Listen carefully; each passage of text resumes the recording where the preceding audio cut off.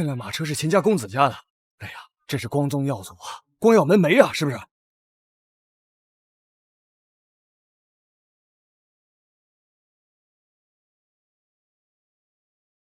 这宋锦命可真好，一个父母双亡的孤儿，却能嫁给秦公子这般风光激越的人物。她嫁进秦家不到2年，秦公子就高中状元，之后更是得到皇上赏识，步步高升。你刚说的是谁？哪来的臭茄子滚啊！秦公子和宋锦真不愧是出了名的恩爱夫妻。这宋锦多年无所出，秦公子不纳妾不休妻，可不是羡煞旁人。夫君真是好演技呢。宋锦，我们都是宋家的女儿，为什么你家的状元郎，而我却只能嫁给秦池那个病秧子？早早守寡，被人骗光钱财，沦为安娼，我不服！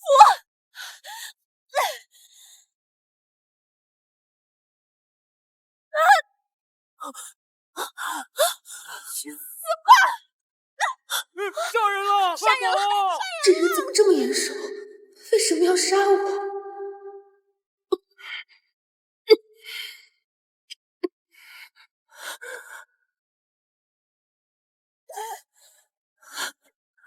凭什么嫁给他？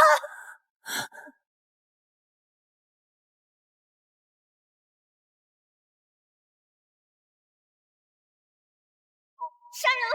杀人了！凭什么嫁给他？秦夫人，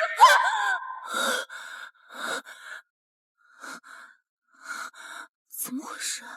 我没死。秦池，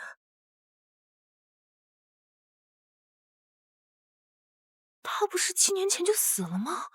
怎么会在这里？这里是秦家，我这是重生到了刚嫁进秦家的时候。姐姐，你怎么能同秦池？他可是我未来的夫君，你未来的妹夫啊！妹妹，妹妹，姐姐先垫垫肚子。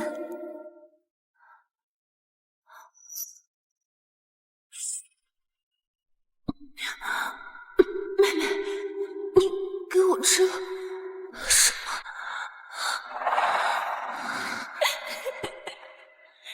宋锦啊，这辈子就你嫁给秦池那个病秧子吧。所以宋秀也重生了，看来他对前世的婚姻不满，才想出这种昏招。宋家大姑娘，你已经和秦池睡在了一处，这婚约就只能换一换了。就让二姑娘宋秀嫁于我家明松吧。前世秦家2兄弟皆住在书院，明日才归家，会出现这番变故，难道是宋秀谋划的？伯母，嫁与秦池我没意见，请您先出去，我有事同庶妹说。看来宋秀说的不错，这宋锦果然患有生不出孩子的毛病，不然怎么会答应的如此痛快？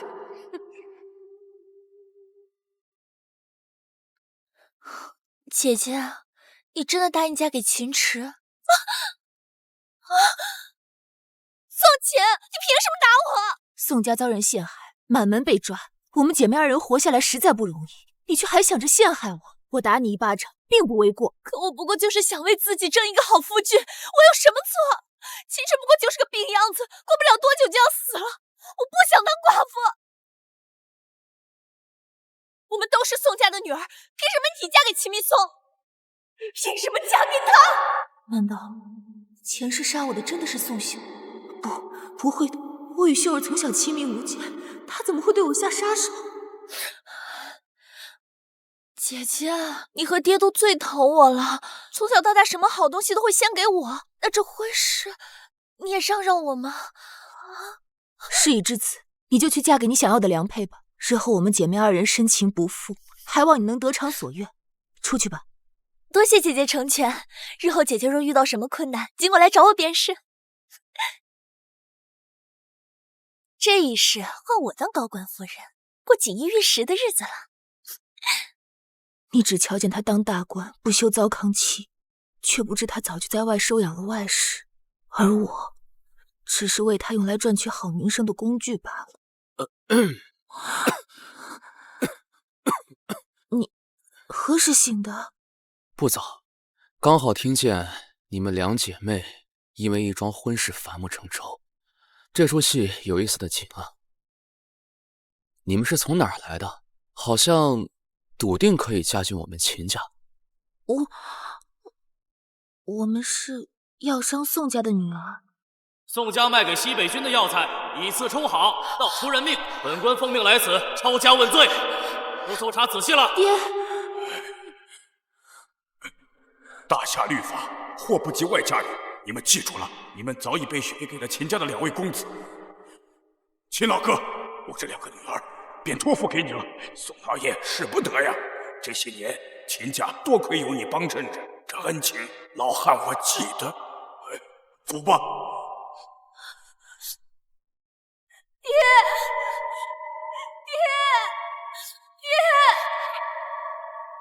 家父蒙冤遭难，幸而秦伯感念家父往日照拂之情，愿意将我姐妹2人嫁入秦家，分别嫁给你和你堂兄。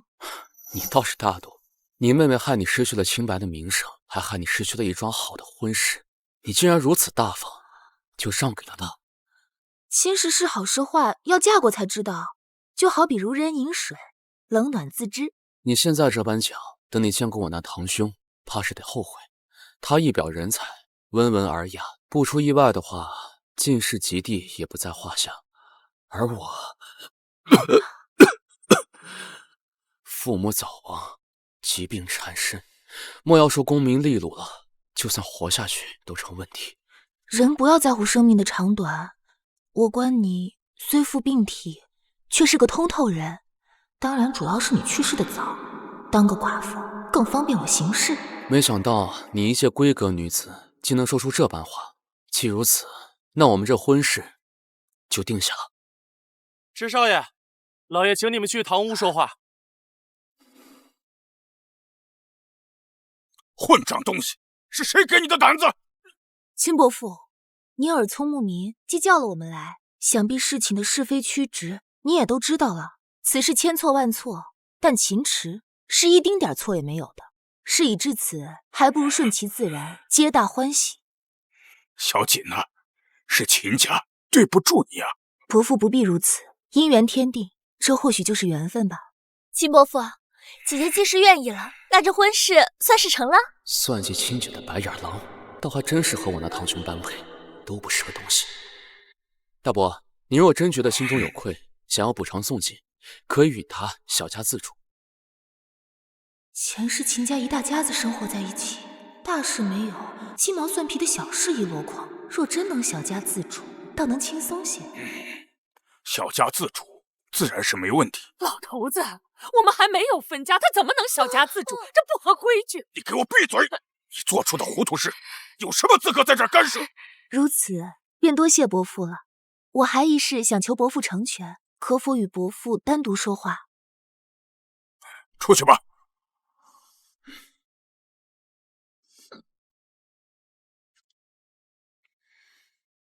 大伯母，您都得偿所愿了，怎么还不高兴？你得意什么？真以为自己娶到宝了？不过是个不下蛋的母鸡。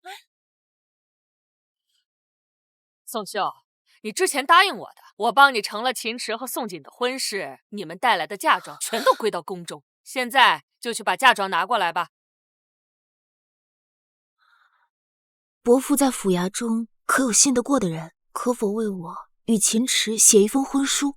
婚书？我们这乡下倒是不讲究这些。的确，前世我与秦明松亦无婚书，我想与他和离，却因拿不出婚书，连嫁妆都无法要回，只能被他拿捏着。有了婚书，我这外嫁女的身份才算过了明路，且婚书日期须得往前做上几日，做到家父获罪前。好，还是小锦想得周到。伯父，家中可有纸笔？我想写一封信，麻烦您帮我悄悄送去城中，送给济方药铺的掌柜。济方药铺也是宋家的产业？是我的产业。哦，你的产业。难怪你爹总与我夸赞你，你是个有主意的。可惜了，是我儿没这个福气娶你。伯父谬赞了。上一世，我刚查到一点线索，便被人刺死了。重活一世，我定要为爹爹翻案。对了，包裹里有本宋氏药典和父亲的密信，须得妥善处置。怎么会没有呢？我记得明明就放在这里啊！找东西啊！我刚才看见你那叔妹进来过，走的时候手里拿着个包袱。她去哪儿了？她一心想嫁给我堂兄，自然是迫不及待的进他屋里了。多谢。哎，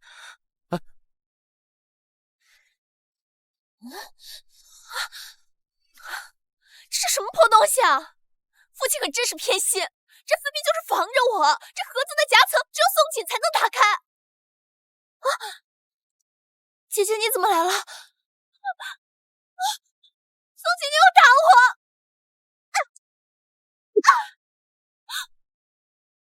打的就是你这个小偷，东西还来！什么叫偷啊？父亲给的嫁妆也有我的一份。只是一份嫁妆吗？姐姐，你嫁的是个病秧子，嫁妆有多少别人并不在意，可我不一样。秦明松可是秀才，以后要当大官的。我若是嫁妆少了，别人定会耻笑。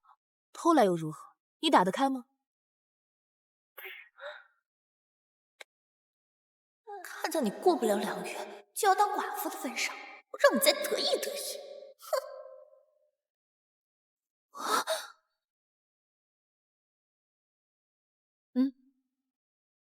！5000两，上一世宋锦可没给我这么多，我就知道他嘴上说着对我好，全都是假的。这钱我本来是要留着为父亲平反的，但看你如今满心情爱，心里早没了父亲和宋家吧。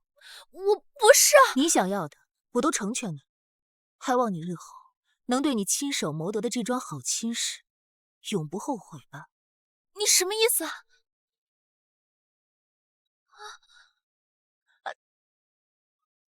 难道这门亲事我真的还错了？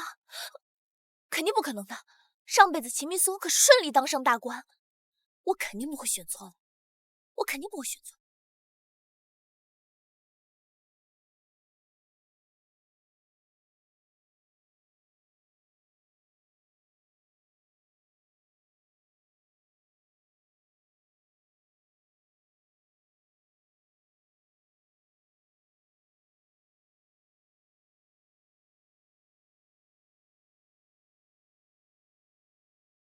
阿锦我儿，宋家遭此大难，皆因京中权贵贪图我宋氏药典，此乃宋家3代幸运所寄，断不可落入外手，而有过目不忘之能。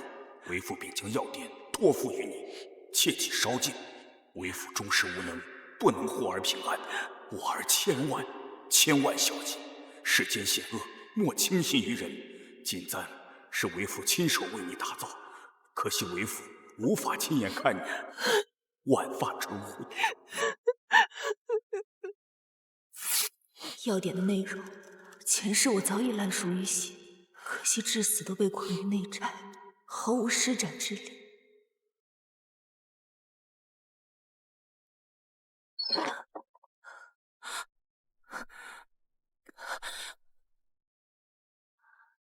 你这是？大伯说，你我婚事虽不方便大操大办，但成亲总该有成亲的样子。娶我，委屈你了。大伯母嫌我是个拖油瓶，本也不会对我的婚事上心。不过我很庆幸，至少是你，而非你那蠢出天的庶妹。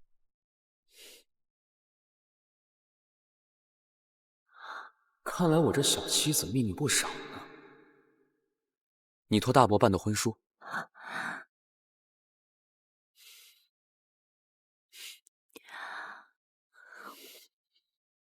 一纸婚书罢了，值得你这般小心对待？值得。待日后成了寡妇，我可得靠这纸婚书带走嫁妆了。他这般重视婚书，应是满意这门亲事，看来是真的看中了我这个人，而不是赶鸭子上架才嫁给我。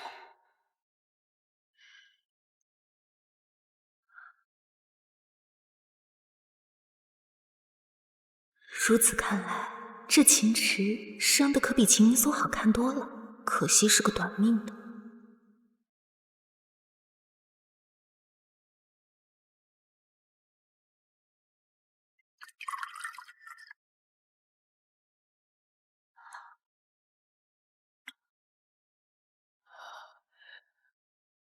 饮合卺酒吧。嗯。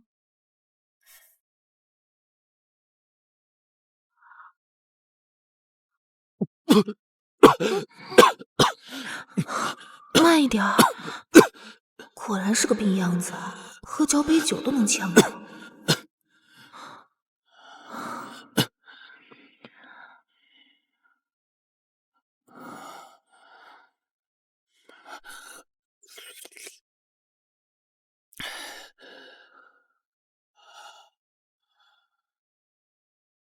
相公，你何时回书院？相公，我请了长假，想去书院找夫子销假即可。我能跟你一起去吗？正好可以照顾你。我想在书院附近租个小院儿。看不出来，他竟是这么粘人的性子。得离开秦家去城里住，如此才能行事方便。这不妥吧？没有什么不妥的，相公的衣食住行、一日三餐都需要人照顾。这个理由是无不妥，但是我害怕家中长辈不同意。若你非去不可，就由我去同爹娘说一下。有劳相公了。能贴身照顾我，竟值得他这么高兴吗？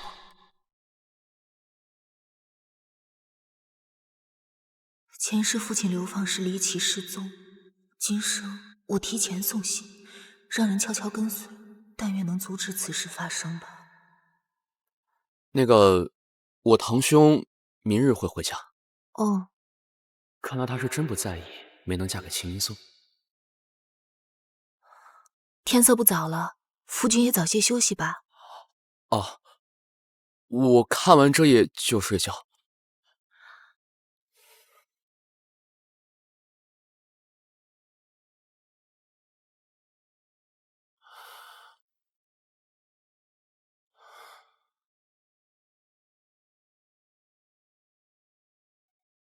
前世秦明松为那外室守身如玉，不愿碰我，竟叫我忘了正常的新婚夜应该发生什么。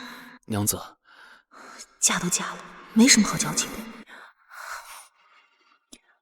妾身服侍夫君就寝。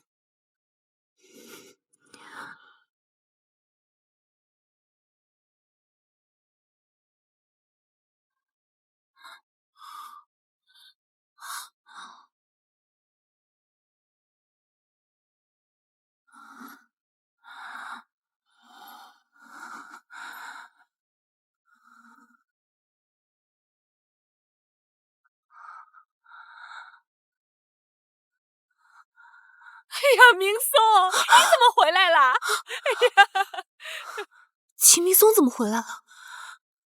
怎么跟前世不一样？难道他也重生了？明松，你怎么回来了？不是说明日才回来吗？听童装说，家中奴仆去了书院，急匆匆的把秦氏带回家了。我怕家中出了什么事，便连夜赶回来了。家中无事。爹，你赶夜路辛苦了，早些回房休息吧。是。堂弟已经成亲了。哟，堂哥回来了。见过堂哥。你是谁啊？为什么明明没见过他，却有一种熟悉感？堂哥回来的正好，还能喝一杯我与宋锦的喜酒。怎么这么突然就成亲了？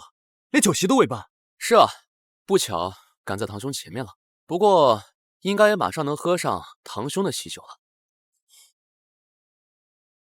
我的喜酒？为父为你定下了一门亲事，正好趁着你月休，将婚事办了吧。宋兄，快过来！这一世换我当高官夫人。这便是我儿明松，你的夫君。神境都已经住进秦家了，事出紧急，日后再与你细说。见过秦大哥，我叫宋秀。爹，这门亲事我不能答应。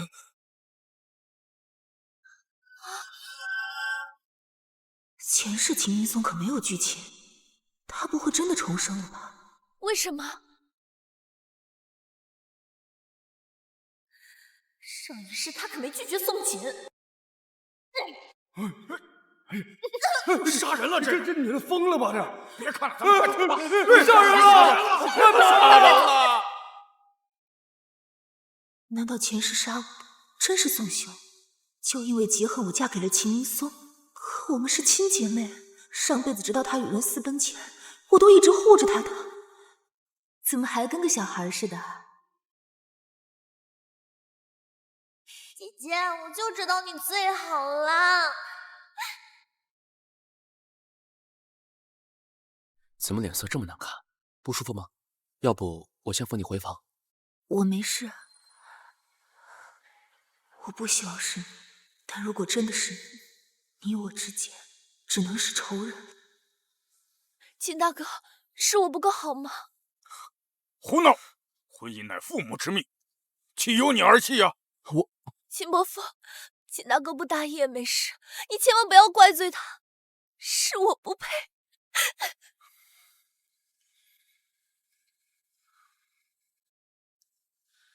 哎呀，只要秦明松追出来跟我道歉，我就不信，以我在青楼学到的手段，会拿不下他。哎，明松，女孩子脸皮薄，万一要是想不开，你快去追啊！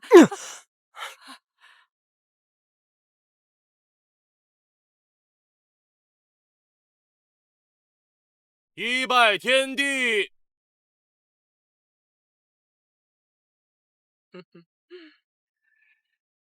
二拜高堂，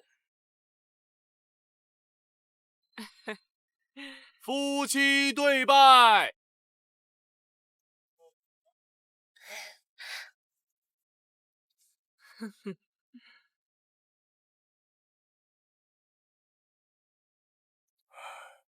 明松啊，好好待你媳妇儿。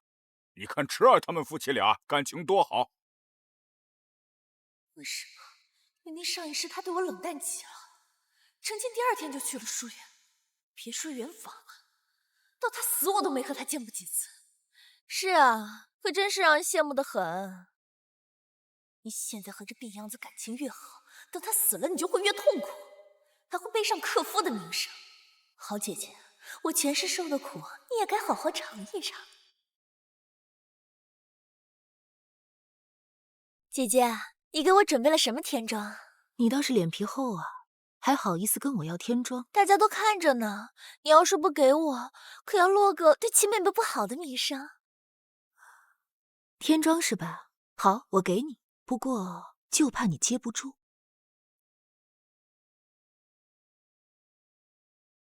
妹妹，这枚簪子记得吗？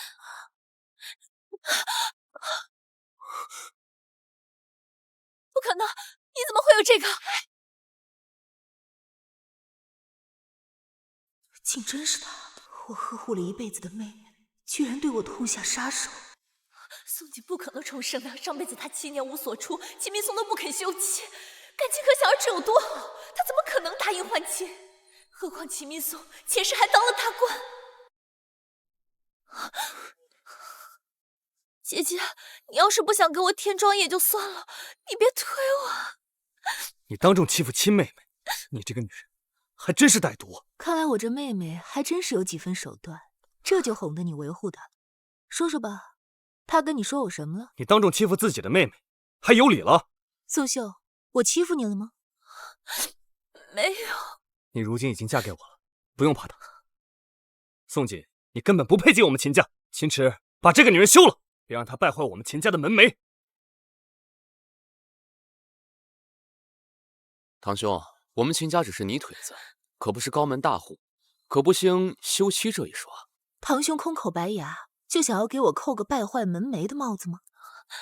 我宋家虽不在了，也由不得你这么羞辱。逆子，你胡说什么？还不赶紧给小锦赔罪！我都已经听你妹妹说了，你刚嫁进秦家就勾引秦池，逼着你亲妹妹给你换亲，苛责亲妹，不敬长辈。幸好我没娶你这种女人。云松哥，原本应该嫁给你的是姐姐的。你说什么？是这样的，姐姐她平日里素来喜好病弱男子，所以她一到欺负就看上了秦池。于是她给秦池下了药，爬上了他的床，被我装包，要威胁我还钱。这世界上有如此不知廉耻的荡妇！宋秀，你如此颠倒黑白，造谣污蔑，我到底哪里对不起你？你就这么想我死吗？从小到大，爹对你最好了，连家人都给你最好的，明明是你跟爹不想让我好过。住口！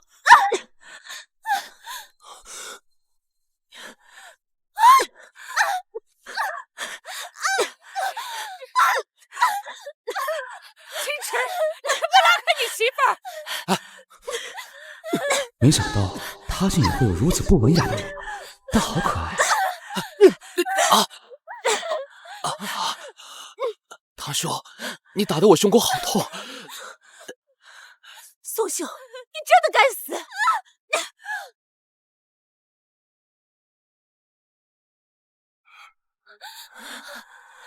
上一世你杀我，好在我也捅了你一簪子，扯平了。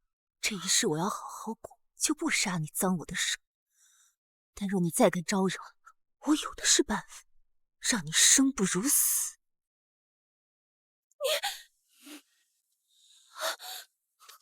大伯，抱歉，刚刚一时没忍住，教训了一下不懂事的妹妹。随意动手终归不对，以后莫要如此冲动。知道了。爹，你是这么维护宋姐这个贱人吗？她都当着你的面欺负亲妹了。不是的，姐姐，是我不好，我错了。你当我骂我也好，求你千万别告诉启明松，不然他一定会休了我的。休了你？不可能会有这种情况发生。你俩要永远绑在一起，一辈子互相折磨。你这话是什么意思啊？没什么意思，把你的嫁妆给我，我就不告诉他。那我就告诉秦明松。别，那我就剩4000两了。那你说话算话。当然。大伯，我想有些事情讲不清楚，是要闹出笑话的，在家闹一闹也罢了，若是闹到外面去，可就不好看了。小锦说的是。你说过不说的，可不还我！我是没说，大伯说的。是你娘和你媳妇想要换亲，算计了小锦和池儿。小锦为了妹妹和秦家的名声，才没有闹，选择忍下这口气。原来如此恶毒、满口谎话的人是你啊！不是，我不是故意的，我只是太喜欢您了，我想嫁给你，但是我又怕你会喜欢姐姐。滚开吧你！这样的妻子，我要不起。爹，我要休妻。堂兄，看在我妹妹年纪小的份上，多包容她几分。我刚刚教训过她，她不会再犯了。堂兄要考功名，落个休妻的名声也不好听吧？我相信堂兄能管教好自己的娘子的。小锦说的对，这事就这么过去，所有人都不准外传，尤其是你。滚开！你为什么要帮我？因为嫁给秦明松，你的好日子还在后。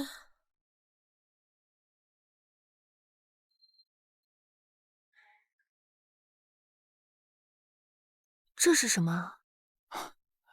这是给你的聘礼。你我成亲仓促，没有正式的拜堂，总觉得委屈了你。徽墨、设宴、诸葛饰本、诚心堂旨，娘子竟然都认得。自然，徽墨可是号称1两黄金1两墨，而设宴与端砚齐名，天下闻名。诸葛饰笔出自四宝堂，做工精细，可谓一笔难求。而这诚心堂旨更是宫廷御旨，这些卖出去，少说得值1000两。娘子当我这是见多识广，但秦家的家底都不足1000两，夫君何来此等贵重之物啊？糟糕，得意忘形了。也是没想到娘子出身商户之家，却对文房四宝也如此了解。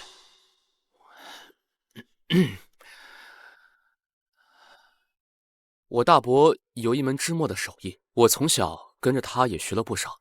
这墨是我亲自进山挑选材料，亲手制作，只此一块。竟是夫君亲手做的？我家的墨皆是出自大伯之手，我瞧见这墨与我大伯做的没有差。娘子喜欢就好。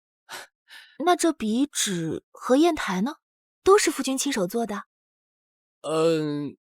这笔、纸、砚台是因为我读书读得好，书院的先生欣赏我的才学，赠予我的。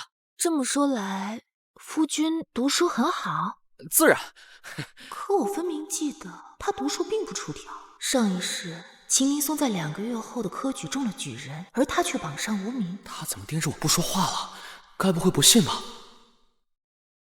娘子是不信？算了，每个人都有自己的秘密，怎么会呢？夫君这位先生真是有钱又慷慨啊！先生他人很好的。夫君，你怎么出这么多汗啊？别擦了，都成脏猫了。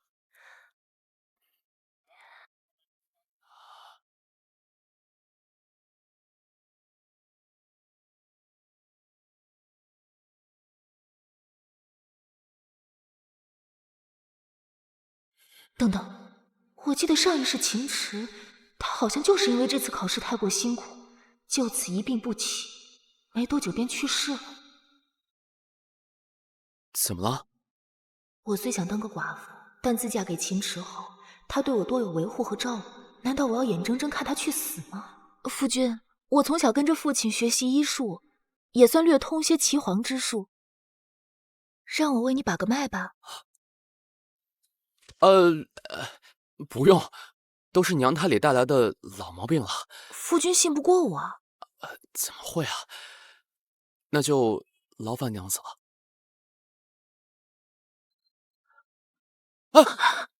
娘子小心，快躲开！这好端端的烛台怎么倒了？那个娘子啊，明日我打算去城里采买些东西，跟我一起去买吧。真的吗？我也可以一起去啊。前世等我找到机会回城里时，爹爹已在押解青青途中失踪。这一世我提前做了准备，希望能有改变。明日进城的话得早起，娘子今日早点休息。娘子太聪明了，我须得更加小心才行。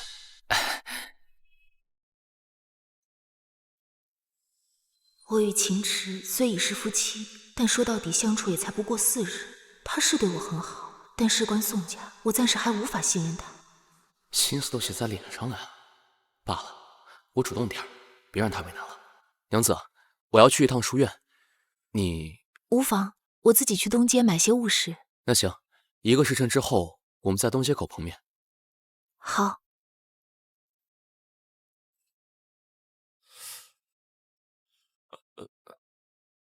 公子，让夫人独自行动，没什么问题吧？她有自己要做的事，咱们有事情要做。走，去书院。是。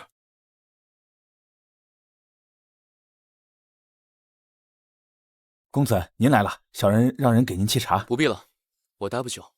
让你查的事怎么样了？好，查到了，宋家的罪名是药材造假，跟西北军需有关。西北军？我记得宋家每年的药材是定量的，供应不上军需吧？而且，为什么会是相隔千里的西北军？是啊，前几年咱们也曾想找宋家合作，但被拒绝了。后来得知宋家不轻易和不熟的人打交道，突然做起西北军的生意，确实有古怪。事发当晚就抄家，还连夜借押犯人进京，官府办事的效率何时这么高？只能说是事出反常必有妖。对了，宋家出事后，立刻就有些人大肆收购宋氏药材，小的也让人买了些备用，可是价格比市面上的翻了5倍呢。看来不信宋家药材造假的不只是咱们。公子，还发生了一件趣事。公子回秦家沟次日，有人寻上老货，让他暗中保护流放的宋家人，酬金5000两。老霍见公子在秦家沟，就想发一笔横财，结果失败了。失败了？是啊，老霍说押解宋家人的队伍没有北上京师，反而连夜南下，到达屯溪后人就失踪了。是什么人找上老霍？济方药铺的金掌柜，查到她是宋大小姐母亲的陪嫁，因10几年前便嫁人自立门户，所以此番没有受牵连。这么说，是娘子。灵姨，小姐，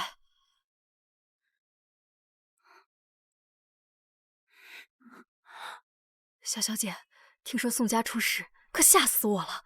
幸好收到您送来的平安信。先不说这些了，我让你帮忙联系的人，那人回信说宋老爷他们在屯溪失踪了。屯溪竟没有上京，而是南下，难怪上辈子花了好几年都没有找到一点线索。小姐，您在说什么？屯溪大码头每日来往船只繁多，要偷偷运走一批人，简直如溪水入海，无迹可寻。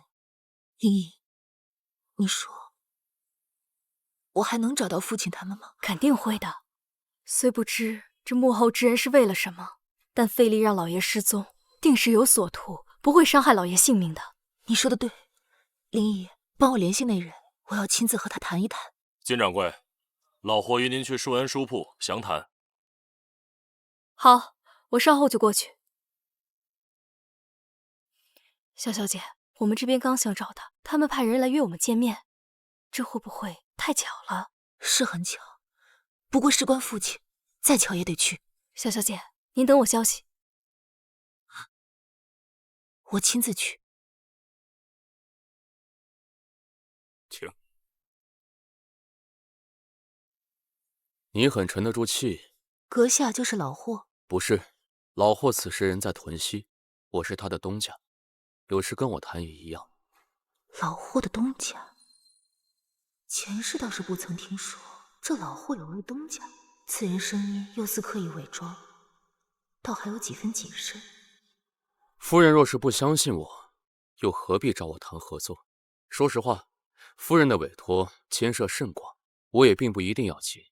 老霍没完成的任务，我可以做出，把钱退给你。阁下想必知道我的身份了，那我就开门见山了。只要阁下的人能够帮我寻到家人的下落，我会将宋家在怀庆府的隐藏产业尽数赠与阁下。宋家竟还藏有底牌？怀庆府有4大怀药，宋家的隐形产业怕是笔巨额财富。你应该知道，人在屯溪失踪代表着什么。我可没法保证一定会把人寻回来。只要你能尽力去寻，以3年为限，就算寻不到，怀庆府一半的产业依旧归你们所有。我确保会有2个种植4大怀药的庄子。夫人还真是大手笔。我只是想让阁下知道，我为了寻家人，不惜下重本。只要阁下尽心尽力，钱财上，我绝不会亏待阁下。娘子还是太单纯了，真好骗，搞得我都要心慈手软了。好，我答应夫人，但是我有一个要求，希望夫人能答应。阁下请讲。我要收购宋氏药业，为期3年。同时，我也会帮你调查出陷害宋家背后的凶手。以市价吗？那是自然，我从来不占女人的小便宜。这人倒是奇怪，我家出事后，市面上的药材水涨船高，更别说有我家炮制的药材，如今怕是价比黄金。好，我应下了。还要劳烦阁下把这份契书签了。我倒要看看，与我交易的是何方神圣。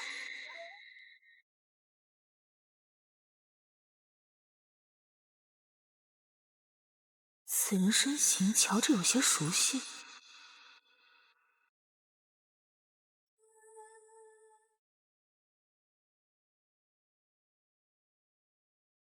这人也太过谨慎了。不过谨慎些也可靠，只是这眼睛……夫人，躺好了吗？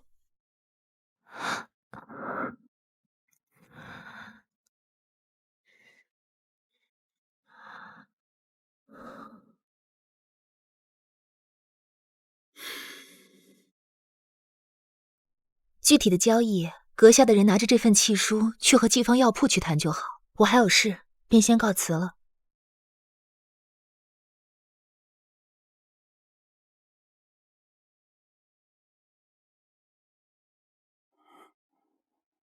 公子，采购宋氏药材的事，就交给你去办吧。按世家，公子，这宋家出事后，他的世价已不可同日而语了。宋家独有的药材，更已是价比黄金。以市价吗？我应下了。百密一疏啊，我还是小瞧了娘子啊。我看您是被美色迷晕了头。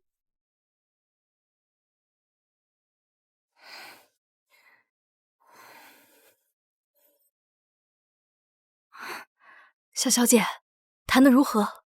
对方答应了，会尽全力去寻找父亲的下落。另外，宋氏这3年的药材需优先供给他，以市价。以市价，这可是好事啊！